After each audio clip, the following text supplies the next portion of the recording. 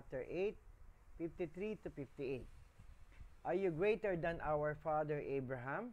He died, and so did the prophets. Who do you think you are? Jesus replied, If I glorify myself, my glory means nothing. My Father, whom you claim as your God, is the one who glorifies me. Though you do not know him, I know him. If I said I did not, I would be a liar like you. But I do know him and obey his word. Your father Abraham rejoiced at the thought of seeing my day. He saw it and was glad.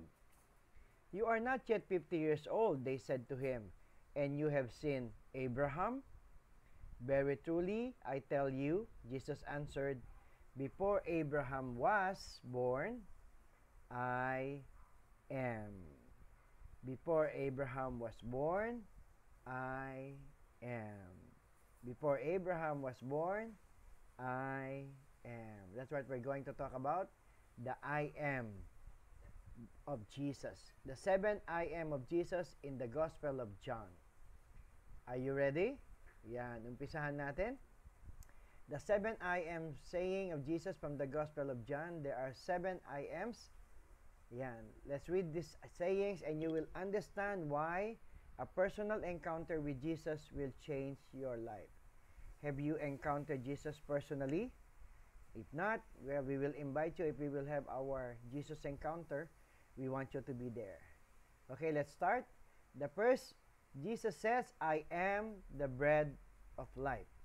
Ako ang tinapay ng buhay. Alam niyo ba kung anong tinapay sa Hebrew? Yan. Tanit. Tama ba? Bibiro lang po ako. Kabaligtan lang po yun ng tinapay. Yan. If you are spiritually hungry, Jesus is the bread of life. If you are spiritually hungry, Jesus is the bread of life. Pero ito pong bread of life na to, this is a literal thing, ha? When Jesus says that He is the bread of life, His body becomes the bread of life, as we believe in the transubstantiation in the Eucharist. So Jesus said to them, I am the bread of life. Whoever comes to me shall not hunger, and whoever believes in me shall never thirst. Literal po ito, ha? Literal, hindi po ito symbol lang, hindi lang po ito metaphor. Okay? Ito sinabi ni Jesus that He is the bread of life.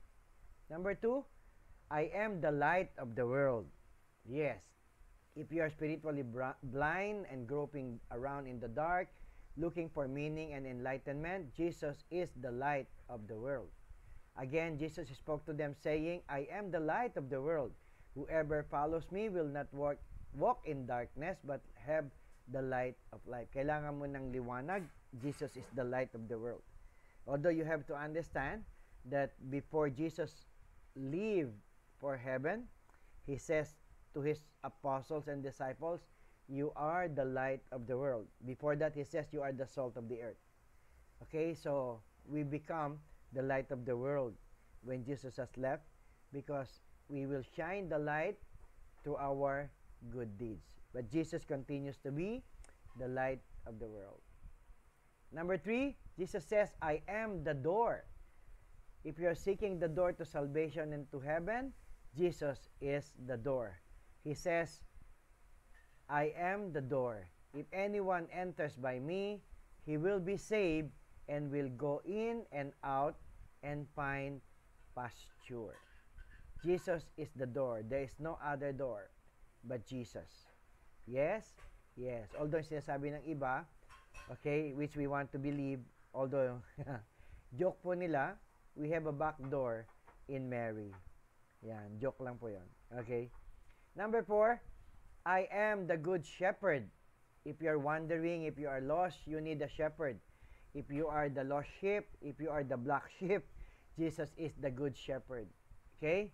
I am the good shepherd. The good shepherd lays down his life for the sheep. Even if you are the black sheep, Jesus will lay down his life for you.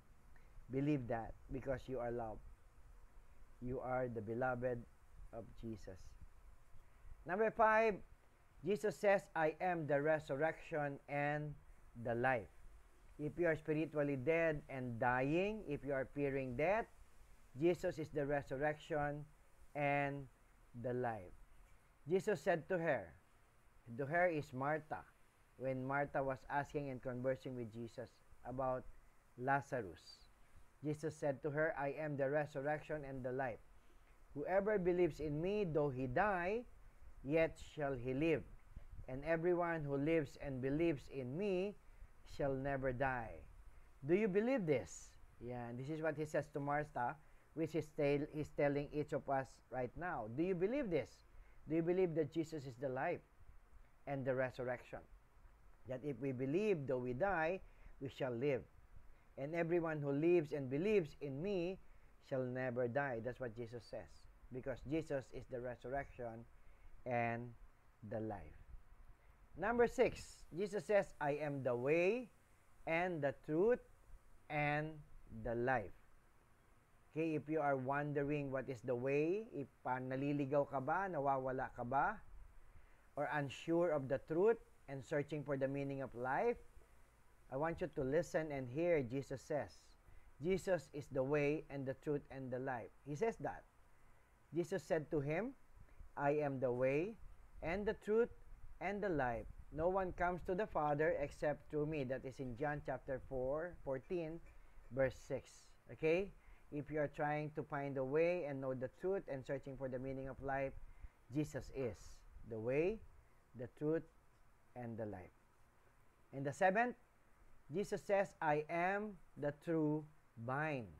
If you're wanting to live a life of meaning and fruitfulness, Jesus is the true vine. I am the true vine, and my Father is the vine dresser. I am the vine, you are the branches. Whoever abides in me and I in him, he it is that bears much fruit. For apart from me, you can do nothing. Ito, literal na pwede nating basahin. Ha? Jesus is the vine, we are the branches. If the branches is apart from the vine, it will not bear any fruit. Actually, it will start to die. Okay? It will start dying if you are not connected to the vine. If you are not connected to the trunk, the branches will wither and die. Yes? So, the 7 I am statements of Jesus. Yan, if you have time, you review it again and see the application of the 7 I ams of statement of Jesus into your life. Yes? Yes. There are also 7 I am statement of Jesus to John in the book of Revelation. Are you interested to know? Yan. Number 1, sabi niya, I am the Alpha and the Omega. Number 2, I am the first and the last and the living one. I was dead and behold, I am alive forevermore. Number 3, I am he who searches the mind and the heart. Number 4, I am the Alpha and the Omega, the beginning and the end. Inulit niya yung nasa chapter 1 verse 8. I am the Alpha and the Omega, the first and the last, the beginning and the end. Inulit niya yung kababasa ko kanina. This time is in chapter 22 verse 13. I am the root and the offspring of David, the bright morning star. Okay? Mukhang kulang yun Mukhang 6 lang yun Nakalimutan ko yata yung isa. Anyway, what is most important is the 7th statement, the I am statement of Jesus in the book of John. Okay, reviewin na lang po natin yan sa susunod. Okay, and see its application into your life. Kung ano yung mga hinahanap mo naman, siya din naman ng comfort, siya din naman ng console, at si Jesus din yung answer. Okay? Jesus is the answer. People will ask, what is the question? Whatever question you may have, Jesus is the answer. Okay? He will be the one to provide the answer. Amen? Why? Because Jesus is faithful. God is faithful even if we are not. And Jesus will remain faithful even if we are not. Okay? And Jesus will always be faithful even if we are not. Yes? Because Jesus is love. Jesus loves you. You are His